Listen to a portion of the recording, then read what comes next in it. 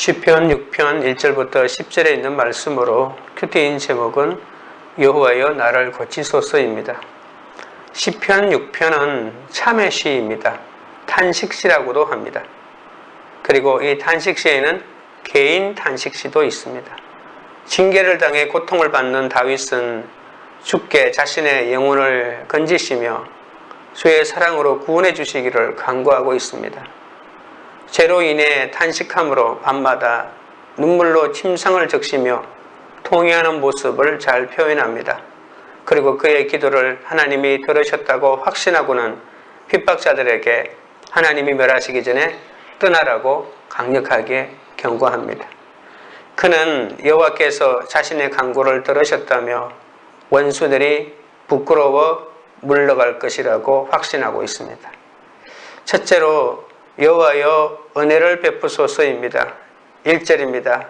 여호와여 주의 분노로 나를 책망하지 마시오며 주의 진노로 나를 징계하지 마옵소서. 다윗은 자기 죄 때문에 하나님이 분노하셔서 중한 병이 온 것임을 깨닫고 뼈가 떨리고 영혼이 떨리는 고통으로 신음하고 있습니다. 이에 주께 자신을 불쌍히 여겨달라고 기도하고 있습니다. 다윗은 자신의 고난이 하나님의 징계임을 인정합니다. 이 징계가 자신의 죄 때문에 임했다고 말하면서도 구체적인 죄가 무엇인지에 대한 고백은 없습니다. 이 기도는 징계가 하나님의 맹렬한 분노와 함께 오지 않게 해달라고 하는 것입니다.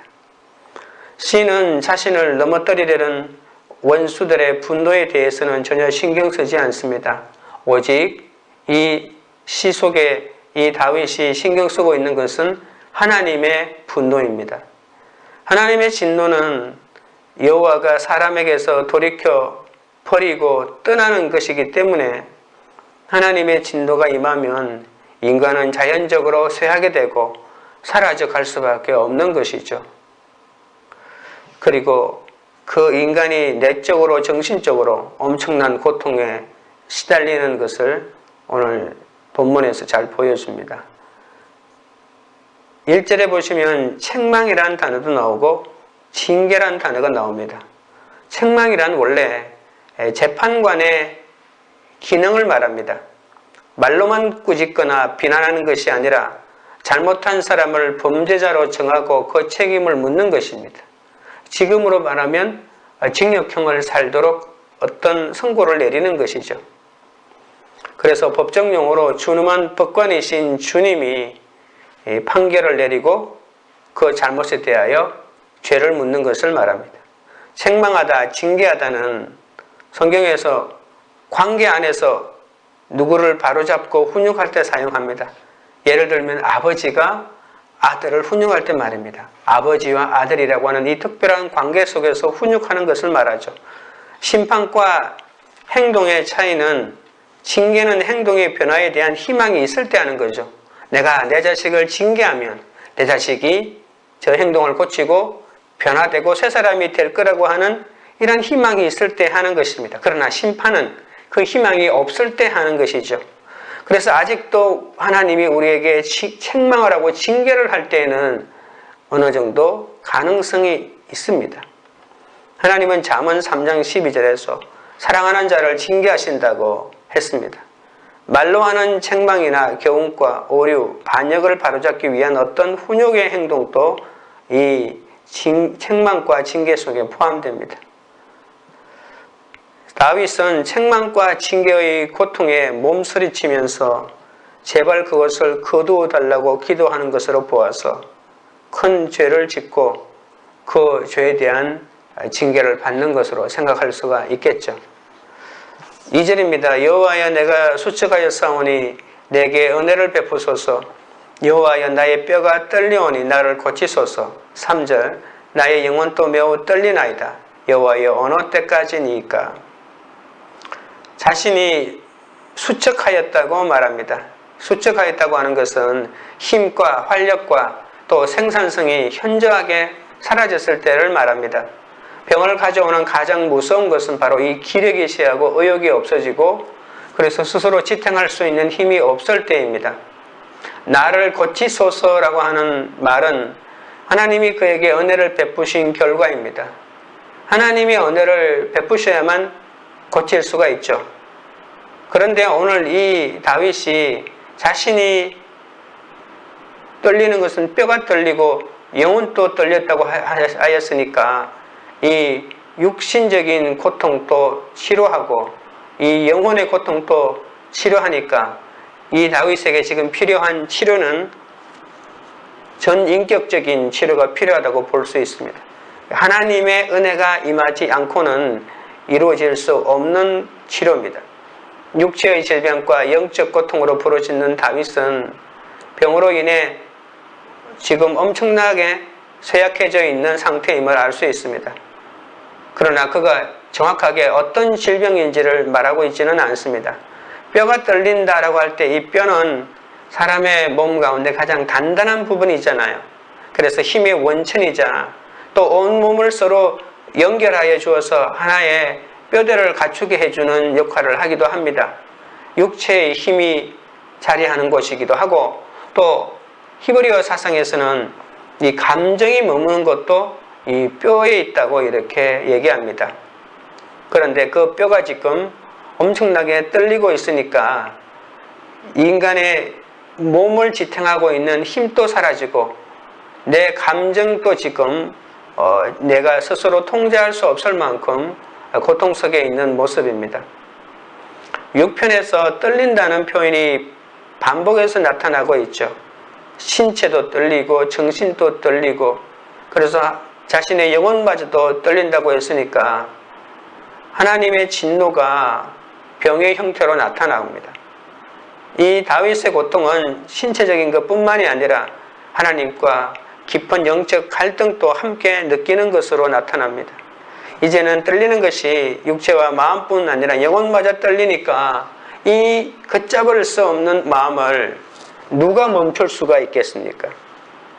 처음에는 하나님의 징계를 심하지 않게 해달라고 기도하다가 이제는 하나님께 은혜를 베풀어 달라고 기도합니다. 좀 더 적극적으로 기도하는 거죠. 고통을 감당하기 어려운 다윗은 하나님의 사랑과 자비를 달라고 간청합니다. 책망받아 마땅하기 때문에 은총을 구합니다. 책망받아 마땅한 사람은 은총을 구할 필요가 없다라고 하는 것은 있을 수가 없는 것입니다. 우리가 하나님에게 은혜를 구하고 은혜를 입는 사람은 이 은혜라고 하는 그 말 자체가 책망받을 수밖에 없고 징계받을 수밖에 없는 사람에게 임하는 것입니다. 죄인에게 임하는 것이 은혜입니다. 나는 마땅히 은혜를 받을 만한 사람에게 임하는 것은 은혜가 아닙니다. 그것은 이미. 그래서 다윗이 하나님에게 은혜를 구한다고 해서 자신이 의인이라고 말하는 것이 아닙니다. 은혜야말로 진짜 은혜야말로 죄인에게 필요한 것이니까 말입니다. 책망받아 마땅하기 때문에 은총을 구합니다. 하나님께 자비를 구하는 사람은 하나님으로부터 심판을 받는다 해도 아무 할 말이 없는 사람입니다. 자신의 자격이나 공로로 인해서 하나님의 은혜를 받을 수 없다는 것을 너무나 잘 알고 있습니다. 그렇기 때문에 다윗은 필사적으로 하나님의 은혜를 간구합니다. 하나님께 은혜를 호소할 수 있는 근거는 하나님의 언약에 근거한 헤세드인 사랑뿐입니다. 우리는 고난과 질병이 오래되면 주님이 나를 버리신 것은 아닌가 하며 불안해지기도 합니다. 그러나 내 죄 때문에 하나님의 징계를 받는 것은 오히려 하나님의 사랑이고 축복입니다. 그 시간을 통해 나를 돌아보고 내 죄를 깨닫고 깨어졌던 하나님과의 관계를 회복할 수 있는 기회로 삼을 수 있기 때문입니다. 성도는 징계의 때일수록 낙심하지 말고 하나님의 은혜의 보좌 앞에 더 가까이 나아가고 그래서 주시는 은혜를 통해서 죄를 회개하고 겸손히 죄값을 치러야 합니다. 주의 긍휼과 은혜를 바라며 은혜의 대가를 기다리는 사람이 참된 하나님의 사람입니다. 적용 질문 드립니다. 지금 내가 당하는 고통이 내 죄로 인한 하나님의 징계임을 깨닫고 오직 주의 긍휼을 바라고 있습니까? 둘째로 여호와여 돌아오소서입니다. 4절 5절입니다. 여호와여 돌아와 나의 영혼을 건지시며 주의 사랑으로 나를 구원하소서. 사랑 중에서는 주를 기억하는 일이 없사오니 서울에서 주께 감사할 자 누구리이까? 다윗은 주께 돌아와 저를 구원하소서라고 호소합니다. 돌아와라고 하는 말은 보통 회개할 때 많이 쓰는 말이잖아요. 그러면 하나님이여 당신 좀 회개하여 나의 영혼을 건지소서라고 이렇게까지 이 4절 표현을 볼 수 있는데, 하나님께서 돌이키지 않으면 우리는 용서받을 길이 없다는 표현입니다. 하나님이 돌이켜 주셔야 합니다. 다윗은 자신이 사죄받지 못하고 죽게 되면 주께 감사도 못하고 찬양도 할 수 없다고 얘기합니다. 그래서 다윗은 주의 사랑으로 구원해달라고 호소합니다. 이스라엘 백성에게 하신 언약에 대한 하나님의 변함없는 신실한 그 신실함에 기초한 하나님의 끝없는 그 사랑으로 나를 구원해달라고 말합니다. 지금으로 말하면 십자가 사랑이죠. 왜냐하면 십자가라고 하는 것 자체가 자신의 아들을 죽일 만큼 사랑하신 그 하나님의 끝없는 사랑이 그 속에 나와 있지 않습니까? 여호와의 신실한 사랑이 다윗이 구원받아야 할 이유입니다. 다윗뿐만이 아니죠. 오늘날 우리도 구원받아야 될 이유가 어디에 있습니까? 바로 하나님의 끝없는 사랑, 십자가 그 사랑입니다. 사람은 내가 이룩한 의로 하나님 앞에 서는 존재가 아닙니다. 아무리 의를 행하고 진실해 보여도 하나님 앞에서는 죄인에 불과합니다. 그냥 사람에 비해서 조금 더 나은 것뿐이지 절대적인 기준인 하나님 기준에 통과될 사람이 누가 있겠습니까? 하나님은 이스라엘 백성을 다룰 때 항상 신실하신 언약의 사랑으로 대하십니다. 심지어 죄를 짓고 있고 징계를 받을 필요가 있을 때조차도 하나님은 이 사랑의 잣대로 사람을 보십니다. 하나님께서 우리 기도를 들어주셔야 하는 이유가 어디 있을까요? 오늘 4절에서 말하고 있는 것대로 주님이 우리를 구원해 주시는 그 은혜를 우리가 한없이 찬양을 드릴 수 있기 때문입니다. 사망 중에서는 주를 기억하는 일이 없사오니라고 하는 말이 있잖아요. 여기서 기억이라고 하는 말은 찬양이란 말과 마찬가지입니다. 내가 만약에 죽으면 하나님께서 나에게 베푸신 그 크신 구원의 역사를 내가 어찌 기억하겠습니까? 다른 말로 내가 어찌 찬양할 수 있겠습니까? 라고 하는 것이죠.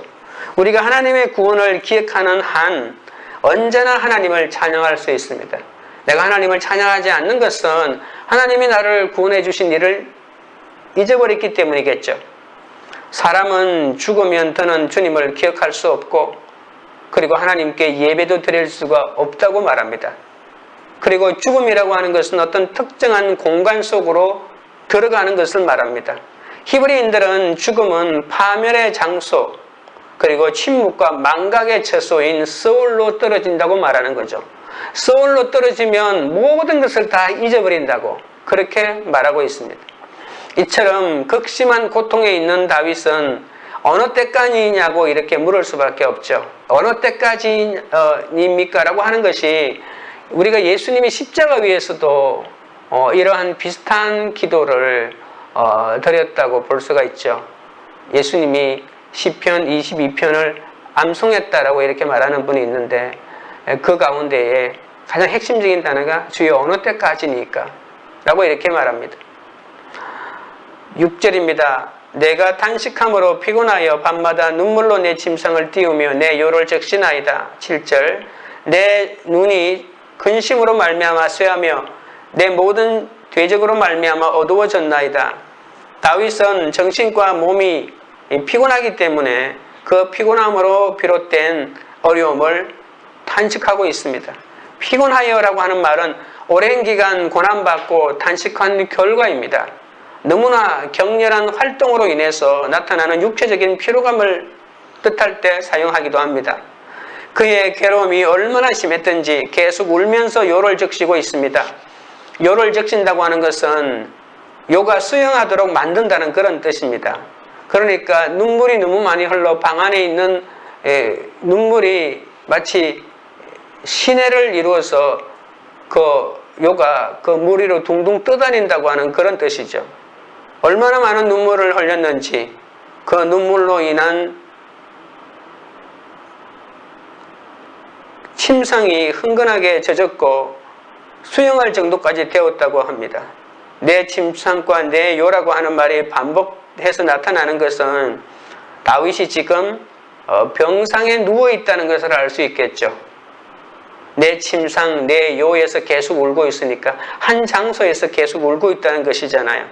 그래서 지금은 아픈 상태고 지금은 몸져 누워있는 상태라고 말할 수 있습니다. 그래서 몸져 누워있는 그 병상 위에서 쉬지 않고 눈물로 하나님 앞에 호소하고 있다라고 하는 것이죠. 그런데 그런 병상 위에서 기도하고 있는 것으로 보아서 이 다윗이 얻은 그 질병이야말로 다윗이 믿음을 회복하고 하나님과의 관계를 회복하는 아주 하나님이 허락한 좋은 기회라고 하는 것을 알 수가 있습니다.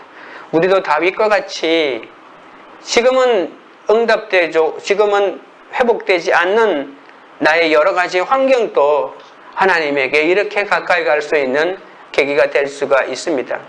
내 눈이 근심으로 말미암아 쇠하며 라고 하는 말은 내적인 단식과 눈물은 신적인 징계의 일부였기 때문에 하나님의 오랜 침묵으로 더 심해지고 더 강해졌다고 볼 수 있습니다.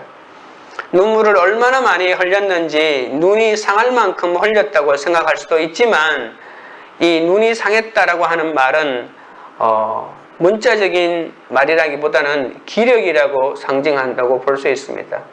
그러니까 온 몸의 기력이 완전히 쇠하였다는 것이죠. 밤마다 눈물로 침상을 적실 만큼 울면서 회개 기도를 하는데 대적들 때문에 근심해서 시력이 더 약해졌다고, 온 기력이 더 약해진 거죠. 죄의 결과로 온 질병의 육적인 고통과 또 죄책감의 내적인 고통마저 더해져서 또 원수들로 인한 외적 고통도 지금 사라지지 않고 있기 때문에 이러한 상태에 있는 우리는 주님을 원망하거나 문제를 회피하지 않아야 합니다. 언약을 파기한 백성의 처벌에 관한 레위기 26장 16절에 보면 폐병과 열병으로 눈이 어둡고 생명이 쇠약하게 될 것이요 라고 했듯이 하나님의 언약을 어긴 백성에게 임하는 하나님의 심판이라고 말할 수 있습니다. 그래서 다윗이 눈이 원수들로 인해서 쇠약하게 된다는 뜻이기도 합니다. 다윗의 모든 대적은 지금 다윗을 조수하고 대적하는 무리겠죠. 이것이 어떤 무리인지는 모르겠지만 3편, 4편과 연관시킨다면 이것도 아마도 압살롬의 반역으로 인한 대적이 아닐까 생각할 수 있을 것입니다. 주님이 내게 돌아오시도록 더욱 엎드리고 내 죄가 힘을 잃도록 입술로 죄를 고백해야 합니다. 내 속의 가장 깊은 곳에서 터져나오는 눈물의 회개야말로 인간 최고의 감정입니다. 그 회개를 주님이 받으시고 응답해 주시는 거죠. 적용 질문 드립니다. 요즘 내가 탄식함으로 눈물로 침상을 적시며 깊이 회개할 일은 무엇입니까? 셋째로 여호와께서 들으셨도다입니다. 8절 10절입니다. 악을 행하는 너희는 다 나를 떠나라. 여호와께서 내 울음소리를 들으셨도다. 여호와께서 내 간구를 들으셨으며 여호와께서 내 기도를 받으시리로다. 내 모든 원수들이 부끄러움을 당하고 심히 떨미어 갑자기 부끄러워 물러가리로다. 지금까지 공고한 상태에서 절망하며 눈물로 부르짖던 다윗이 갑자기 단호한 확신으로 말합니다. 갑자기 시의 분위기가 급반전이 됩니다. 그 두려움에 휩싸여 낙담하던 다윗은 온데간데 없어지고 새로운 확신과 용기와 소망으로 가득 차 있습니다. 그 이유가 무엇일까요? 하나님께서 다윗의 문제를 해결해 주었기 때문이 아닙니다. 하나님이 크신 팔을 벌려 구원을 베풀어 주셨기 때문도 아닙니다. 어떻게 구원받았다, 어떻게 원수들이 떠나갔다는 말이 구체적으로 나와 있지 않잖아요. 다윗은 자비를 구하는 자신의 간절한 외침과 탄식하는 기도를 주님이 듣고 응답하실 것임을 확신합니다. 주님이 멀리 계신 것 같지만 내가 죄를 지었음에도 불구하고 가까이 계셔서 나의 울부짖음과 외침을 이미 들으셨다고 확신하는 그 순간 다윗은 새로운 소망으로 가득 차게 됩니다. 하나님이 내 기도를 듣고 계시다는 이 확신, 이것만 내 속에 있다면 우리는 다시 일어날 수 있습니다. 이제 여호와가 징계를 끝내기 위해 그의 기도에 응답하셨다는 확신 말입니다. 하나님께서 자신을 괴롭히고 있던 원수들의 권세를 기꺼이 끝장내신다는 계획을 기도하는 자가 알아들었을 때 우리는 이미 소망으로 가득 차 있습니다. 하나님은 우리 울음소리를 들으시는 분입니다. 고뇌에 찬 기도를 동반한 울음을 들으십니다. 다윗은 9절에서 너무나 당당하게 하나님은 원수들로부터 구해주시며 육체와 그리고 마음과 그리고 영혼의 건강마저도 회복시켜 주시기를 기도했잖아요. 하나님의 올바른 관계의 회복이 확신으로 하나님께 기도하게 됩니다. 그러니까 9절이 나와 있는 것이 본격적인 기도라고 말할 수 있습니다. 9절을 다시 읽어보겠습니다. 여호와께서 내 간구를 들으셨으며 여호와여 내 기도를 받으시리로다. 이것이 더 확고한 정말 하나님에게 드리는 확고한 기도가 하나님에게 드려졌고 이 기도를 통하여 다윗은 더욱더 담대해졌습니다. 탄식에서 나타나는 슬픈 탄식과 간구의 분위기가 확신과 기쁨의 분위기로 반전하는 것이 이러한 탄원시에 등장하는 특징이기도 합니다. 우리는 기도 가운데 비록 환경은 변하지 않았다고 해도 하나님께서 나를 구원하실 것이라는 확신과 기쁨으로 기도하면 반드시 낙담에서 벗어나게 됩니다. 마지막으로 악을 행하는 원수들을 향하여 나를 떠나라고 담대하게 외칩니다. 모든 원수가 오히려 부끄러움을 당하고 심히 떨면서 물러갈 것이라고 합니다. 고난이 올 때 우리는 하나님의 뜻대로 살지 못함을 깨닫고 회개합니다. 그래야 주님과의 관계가 회복됩니다. 그러면 원수가 물러가고 문제가 해결되고 하나님의 은혜를 경험하게 됩니다. 예수님도 유대 광야에서 40일 동안 금식하면서 시험을 받으실 때 마지막 시험에서 사탄아 물러가라고 선포하셨습니다. 또한 십자가의 길을 막는 베드로에게도 사탄아 내대로 물러가라고 하시지 않았습니까? 우리는 마치 긴 터널을 지나듯 암담함과 답답함을 느끼고 고통당할 때 우리는 하나님께 도대체 이 절망이 언제까지 계속될 것입니까? 라고 하면서 물음을 던지고 눈물로 기도할 때가 있습니다. 이러한 부르짖음은 다윗에게만 있는 것이 아니잖아요. 오늘을 살아가는 우리에게도 똑같은 외침입니다. 부모와 자식 간의 관계를 절대 끊을 수 없듯이 하나님도 그의 백성과의 관계를 끊을 수 없습니다. 하나님께서 그의 백성을 향한 관계 역시 그분의 사랑에 기초하여 맺은 사랑이기 때문에 관계이기 때문에 어느 누구도 끊을 수 없습니다. 우리는 이러한 사랑에 기초하여 하나님 앞에 나아갈 수 있습니다. 우리가 그리스도를 선포하며 기도할 때 이 세상이 비록 우리를 우겨사도 이길 힘을 얻게 됩니다. 그리스도께서 우리를 위하여 십자가에서 모든 저주와 질병을 담당하셨잖아요. 저주와 질병은 예수님의 이름으로 명할 때 떠나게 됩니다. 죄의 가장 큰 형벌은 하나님과의 관계가 단절되는 것입니다.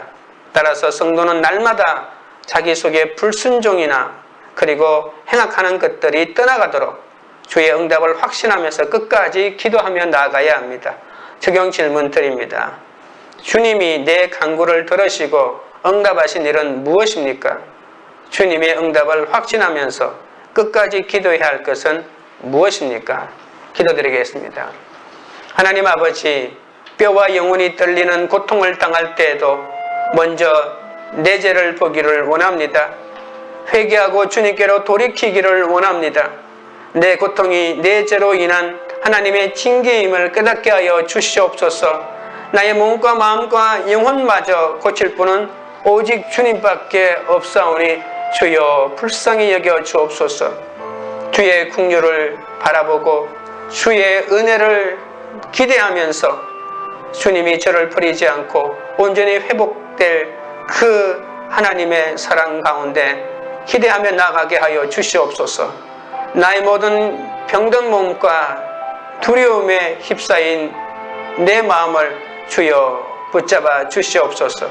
내 영마저 지금 떨고 있사오니 주님 고쳐주시고 여호와여 치료하여 주옵소서. 말씀을 묵상할수록 자복해야 할 죄가 차고 넘치는데도 온전한 회개로 나가지 못하는 저를 용서하여 주옵소서. 탄식의 눈물로 침상을 적시듯 깊이 회개해야 할 일을 괜찮다며 외면하여 넘어가는 어리석음을 저지르지 않도록 주여 인도하여 주옵소서. 날마다 마음속에서 불순종과 행악하는 원수들이 떠나가도록 말씀으로 붙들어 주옵소서. 하나님과 단절된 관계가 회복되게 하시고 주님의 응답을 확신하면서 끝까지 기도하며 나가게 하여 주옵소서. 광교우리들 교회가 주님이 내 간구를 들으시고 응답하신 일을 기억하며 늘 찬양하는 공동체가 되게 하옵소서. 주님의 응답을 확신하면서 끝까지 기도하는 공동체가 되게 하옵소서. 우리 교회가 겪어나가는 고통이 하나님의 징계임을 고백하고 통회하며 주의 긍휼을 구하는 그런 공동체가 되게 하여 주시옵소서.